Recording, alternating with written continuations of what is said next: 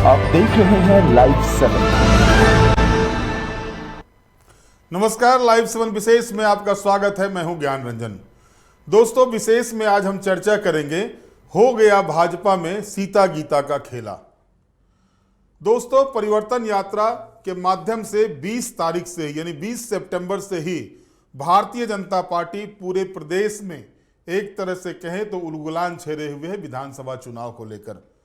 देश का कोई भी ऐसा बड़ा चेहरा नहीं है जिसे इस परिवर्तन यात्रा में शामिल नहीं कराया गया हो, चाहे वो गृह मंत्री अमित शाह के द्वारा इस यात्रा की आगाज की गई हो, या फिर राष्ट्रीय अध्यक्ष जेपी नड्डा, या फिर राजनाथ सिंह जो केंद्र सरकार में रक्षा मंत्री हैं। इसके अलावा जो सिने स्टार है, भोजपुरी सिने स्टार है, चाहे वो मनोज तिवारी हो या रवि किशन हो, इन सब को मैदान में भारतीय जनता पार्टी ने उतार दिया है।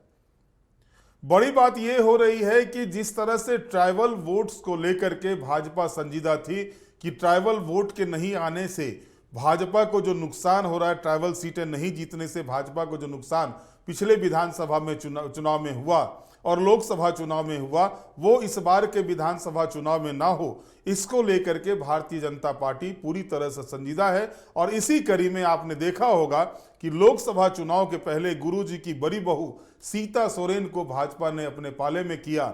यहां तक कि सीता सोरेन को जब पाले में किया तो टिकट दुमका लोक संसदीय सीट का ऐलान हो चुका था भारतीय जनता पार्टी की ओर से। उस सीट के लिए सुनील सोरेन को जो पहले टिकट दिया गया था, उनको हटा करके सीता सोरेन को वहां से टिकट दिया गया। इसी तरह से आपने देखा कि कांग्रेस पार्टी की एकमात्र सांसद जो पिछले मर्तबा थी 2019 के लोकसभा चुनाव में, गीता कोरा को भी भाजपा ने अपने पाले में किया। लेकिन सीता गीता का जादू लोकसभा चुनाव में नहीं चल सका, दोनों ही बुरी तरह से चुनाव में हारे।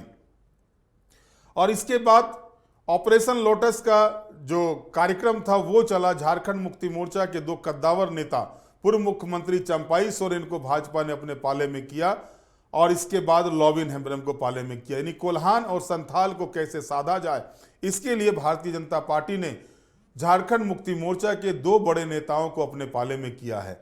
लेकिन सवाल ये उठ रहा है कि जिस तरह से भारतीय जनता पार्टी विधानसभा चुनाव के जो को लेकर के जो परिवर्तन यात्रा निकाली है, उसमें जैसे चंपाई सोरेन को चमकाया जा रहा है भारतीय जनता पार्टी के द्वारा, उस तरह से जगह सीता और गीता को क्यों नहीं मिल रहा है। आप एक और देखें कि मैया सम्मान योजना जो परिवर्तन यात्रा के काट में भारतीय झारखंड मुक्ति मोर्चा के द्वारा शुरू की गई है और उसकी कमान कल्पना सोरेन के हाथों दी गई है। कल्पना सोरेन लगातार कार्यक्रम कर रही हैं, जनसभा कर रही हैं, चौपाल लगा रही हैं। उनके साथ दो मंत्री, महिला मंत्रियों को भी लगाया गया है, बेबी देवी को लगाया गया है।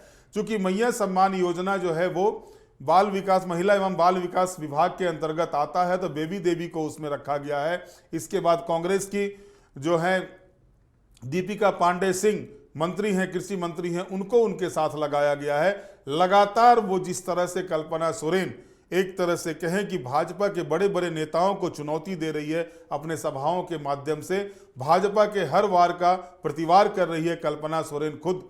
और उसमें आप देखेंगे कि जो यात्रा तो मैया सम्मान यात्रा तो निकाली गई है, लेकिन उस सम्मान यात्रा में आप देखें भले ही बेबी देवी और दीपिका पांडे सिंह हो, लेकिन हेडलाइन बन रही है कल्पना सोरेन। और लगातार कल्पना सोरेन की जो तीखे बाण चल रहे हैं वो साफ तौर पर दिखा रहा है कि जो माटी और पार्टी की लड़ाई झारखंड में देखी गई 2019 के चुनाव में, वो माटी और पार्टी की लड़ाई में कहीं ना कहीं माटी की लड़ाई भारी दिखाई दे रही है। लेकिन इसके बाद अगर आप दूसरी ओर देखें तो भारतीय जनता पार्टी के पास भी महिला नेत्रियों की कमी नहीं है। और यह भी नहीं है कि वो कोई बाहरी नेत्री है महिला की। जो एक आरोप झारखंड मुक्ति मोर्चा के द्वारा लगातार लगाए जा रहे हैं कि प्रवासी नेताओं को ला करके झारखंड में जो है एक तरह से बहुरूपिये को घुमाया जा रहा है, भाजपा बहुरूपिये को झारखंड में घुमा रही है।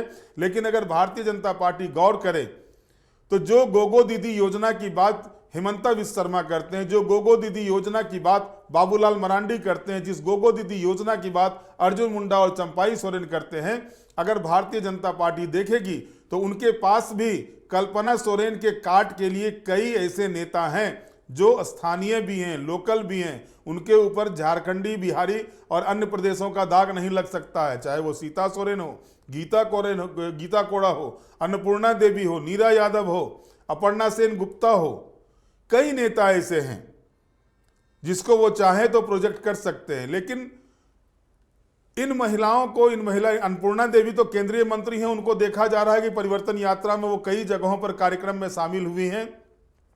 गृह मंत्री के साथ भी कार्यक्रम में शामिल हुई। झारखंडी धाम में जो कार्यक्रम हुआ था 20 सितंबर को, उस दिन भी वो शामिल हुई थी।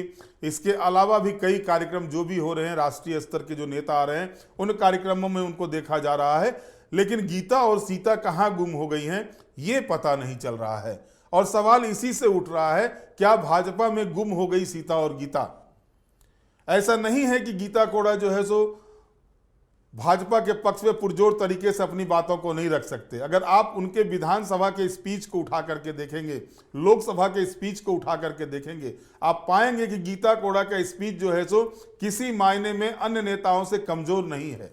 बावजूद इसके जिस तरह से उनको प्रोजेक्ट करना चाहिए, आखिर भाजपा उनको उस तरह से प्रोजेक्ट क्यों नहीं कर रही है? भले ही उनको प्रदेश प्रवक्ता बना दिया गया है भारतीय जनता पार्टी के द्वारा, लेकिन जो एक मंच मिलना चाहिए, जिस तरह का मंच सीता और गीता को मिलना चाहिए, अब तक वो मंच दिखाई नहीं दे रहा है।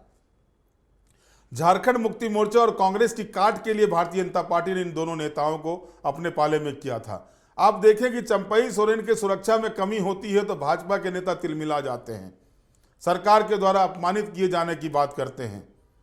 कोई भी नेता ऐसा नहीं है जिनका कि बयान चंपई सोरेन के सिक्योरिटी को हटाने को लेकर के हुआ, जबकि 63 पुलिस के जवान अभी भी उनके सुरक्षा में लगाए गए हैं, जैसा कि पुलिस मुख्यालय से लिस्ट जारी किया गया है। और इसके बाद चंपई सोरेन ट्वीट करते हैं, एक्स पर वो डालते हैं कि उनकी सुरक्षा हटा दी गई। जो 1101 नंबर की गाड़ी की बात कही जा रही है, पहले दर्शकों को मैं ये भी बता दूं कि वो 1101 नंबर की गाड़ी जो कारकेट में चल रही है, सीएम के कारकेट में, वो रघुवर दास के समय से ही सीएम के कारकेट में चल रही है और वो सीएम के लिए ही वो कारकेट में चलने वाली गाड़ी है। और अगर उस गाड़ी को बुला लिया जाता है तो सीएम के कारकेट को कम नहीं किया जा सकता। दूसरी ओर एक बात और आई थी सामने कि सलाहकार की सुरक्षा में कटौती की गई है। क्या किसी पूर्व मुख्यमंत्री को प्रेस सलाहकार रखने का राइट है? या पूर्व मुख्यमंत्री अगर सलाहकार रखते हैं तो उसकी सिक्योरिटी जो है सो क्यों दे राज्य सरकार? झारखंड अलग राज्य बनने के बाद से जितने मुख्यमंत्री हुए सबके प्रेस सलाहकार और सलाहकार रहे, राजनीतिक सलाहकार रहे। किसी के पास नहीं है सिक्योरिटी, कोई सिक्योरिटी लेके नहीं घूम रहा है। आखिर चंपई सोरेन के सलाहकार को ही सिक्योरिटी क्यों चाहिए? और इस पर अगर भाजपा राजनीति करती है तो वो ये बताए कि इससे पहले जो रघुवर दास जी के सलाहकार थे, क्या वो सिक्योरिटी लेके घूम रहे हैं? मधु कोरा के जो सलाहकार थे, जो भी भाजपा में भी शामिल हैं, उनको सिक्योरिटी मिली हुई है। और भी अर्जुन मुंडा के सलाहकार थे, बाबूलाल मरांडी जी के सलाहकार थे, जब वो मुख्यमंत्री थे तो प्रेस सलाहकार थे, उनको तो सिक्योरिटी नहीं मिली हुई है। लेकिन इस सिक्योरिटी पर हाय तौबा मचाई जा रही है कि सरकार को जो है सो डर हो गया है, इसलिए चंपई सोरेन की सिक्योरिटी हटा ली गई है। 63 पुलिस के जवानों को अगर उनके साथ लगाया गया है तो यह सिक्योरिटी में कम नहीं होता है। और इस पर हाय तौबा भाजपा मचाती है। लेकिन सीता और गीता कहां गई? जिस सीता और गीता को लाकर के भाजपा दम भर रही थी लोकसभा चुनाव में कि कांग्रेस की उन्होंने खटिया खड़ा कर दी है, झारखंड मुक्ति मोर्चा के घर को, गुरुजी के घर को तोड़ लिया है। अब तो दुमका में जो है सो उनके गढ़ को समाप्त कर दिया जाएगा।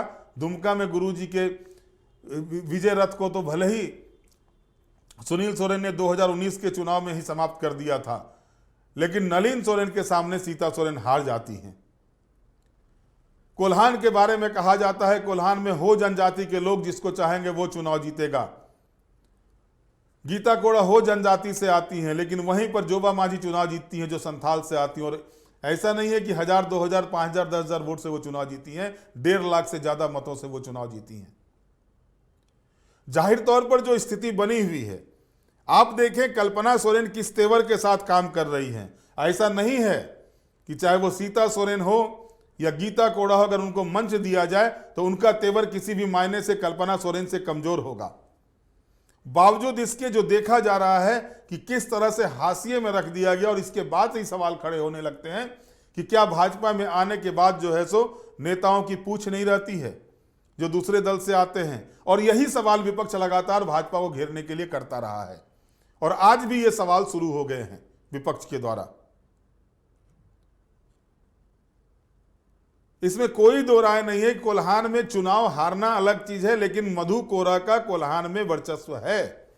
खास करके 3-4 विधानसभा के क्षेत्र जो हैं, 3 विधानसभा के क्षेत्र जो कोल्हान में है, वहां पर मधु कोरा मजबूत स्थिति में है। और 2000 से लेकर के लगातार मधु कोरा ने यह चीज को दर्शाया भी है। भले 2024 के चुनाव में उनकी पत्नी चुनाव हार गई लोकसभा की, लेकिन मधु कोरा जेल में रहते हुए भी अपनी पत्नी को विधानसभा के लिए जिता सकते हैं, यह भी आपने देखा है। और गीता कोरा जगन्नाथपुर से विधायक बनी।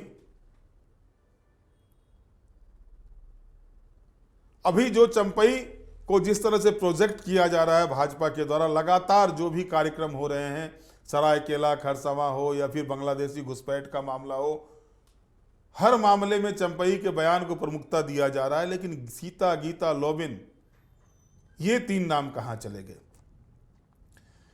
ये भी तो उन्हीं के द्वारा, सीता और लोबिन तो झारखंड मुक्ति मोर्चा से ही आए हुए हैं। लोबिन हेम्ब्रम तो खुलकर विरोध करने वाले, अपनी ही सरकार में खुलकर विरोध में आवाज उठाने वाले नेता थे। लगातार उन्होंने 1932 खतियान का मामला हो या पेशा एक्ट का मामला हो या फिर जो खदान में लूट हो रही थी उसका मामला, अपनी सरकार को सदन से लेकर सड़क तक घेरा था। सीता सोरेन का भी समर्थन उनको उस समय मिला था। चंपाई सोरेन ने कभी भी इन मुद्दों को नहीं उठाया था। लेकिन चंपई के अपमान की बात जब आती है और उस अपमान को कैसे प्रोजेक्ट किया जाता है, इस पर भाजपा पूरी तरह से ध्यान दे रही है। लेकिन सीता और गीता का यूज कैसे किया जाए, इस पर अब तक भाजपा जो है सो कोई रणनीति तैयार नहीं की है। मैया सम्मान योजना महिलाओं से जुड़ा हुआ योजना है, बहनों से जुड़ा हुआ मामला है।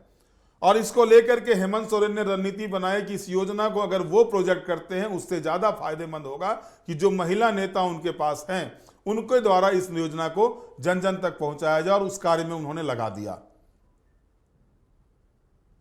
लगातार जो है सो तीनों नेता जो है सो कल्पना सोरेन हो, बेबी देवी हो या दीपिका पांडे सिंह हो, लगातार इस योजना को लेकर जनता के बीच घूम रही हैं। लेकिन वहीं अगर आप दूसरी ओर देखें तो गोगो दीदी योजना लाने की बात तो भाजपा के द्वारा लगातार की जा रही है। हिमंता विश्व शर्मा ने उसका विश्लेषण भी किया है। गोगो मतलब मां होती है, दीदी मतलब बहन होती है। मां बहन दोनों को लेकर के बड़ी योजना भाजपा लाएगी। और इस योजना को लेकर के विजयादशमी के दिन जो नवरात्रा प्रारंभ हो रहा है 3 तारीख से, उस समय भाजपा जो है सो फॉर्म भी भरवाना शुरू कर सकती है, क्योंकि 2 तारीख को परिवर्तन यात्रा की समाप्ति होनी है भाजपा की। संभावना जताई जा रही है कि प्रधानमंत्री नरेंद्र मोदी भी 2 तारीख को झारखंड आ सकते हैं। जो समापन जो आरंभ किया था गृह मंत्री अमित शाह ने परिवर्तन यात्रा का, उसका समापन हजारीबाग से प्रधानमंत्री नरेंद्र मोदी करें, ये बातें भी आ रही है। हालांकि अब तक उनके कार्यक्रम का लिस्ट नहीं आ सका है। लेकिन इस बीच जिस तरह से भारतीय जनता पार्टी जो है अपने मैनिफेस्टो को भी जारी करने जा रही है, 25 वर्ष झारखंड पूरे होने पर 25 बड़े योजनाओं के साथ अपने मैनिफेस्टो में डालेगी। 150 योजनाओं को भी मैनिफेस्टो में डालेगी। बिरसा मुंडा की 150वीं जयंती जो अगले वर्ष मनाई जाएगी, उसको लेकर के भगवान बिरसा मुंडा की 150वीं जयंती को, ये सारे चीजें भाजपा कर रही है। लेकिन गोगो दीदी योजना को लेकर के जो दीदियां हैं भारतीय जनता पार्टी में, वो दीदी ही हाशिए पर है, उनको सामने नहीं लाया जा रहा है। और इसी के कारण से लगातार ये चर्चा बना हुआ है कि क्या सीता और गीता भाजपा के लिए उतनी उपयुक्त नहीं जच रही हैं जितना कि चंपाई उपयुक्त दिखाई दे रहे हैं। आप इसमें लोबिन को भी जोड़ सकते हैं सीता गीता के साथ। ये सवाल अब खड़े होने शुरू हो गए हैं। अब देखना दिलचस्प ये होगा कि क्या सही मायने में सीता गीता को जो विधानसभा की रणभेरी बज चुकी है उसमें भाजपा आगे करेगी, या फिर गुम सी जो हो गई है सीता गीता, ये गुम ही रह जाएगी। बहरहाल आज के विशेष में इतना ही। आप हमारे साथ जुड़े रहें, हमें लाइक करें, सब्सक्राइब करें। बहुत बहुत धन्यवाद। नमस्कार।